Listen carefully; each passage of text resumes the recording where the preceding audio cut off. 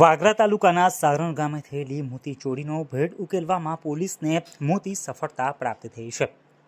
પોલીસે દાહોદની કુખ્યાત ચોર ટોળકીના 2 સભ્યો અને ચોરીનું સોનું ખરીદનાર એક સોનીને ઝડપી પાડ્યો છે।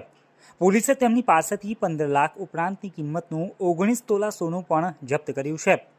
સમગ્ર બનાવ અંગે વિગતે વાત કરીએ તો ગત તારીખ 3 જુલાઈ 2025ના રોજ રાત્રિના સમયે ચોરોએ વાગરા તાલુકાના સારણ ગામે એક મકાનમાંથી 30 લાખથી વધુની મત્તાની ચોરી કરી હતી।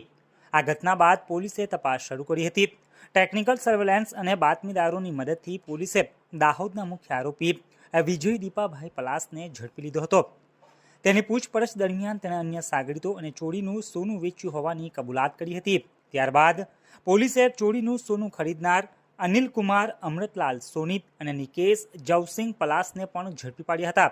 સોનીએ જણાવ્યું હતું કે તેણે ચોરીના દાગીના ઓગાળીને 190 ગ્રામ સોનાની લગડી બનાવી હતી।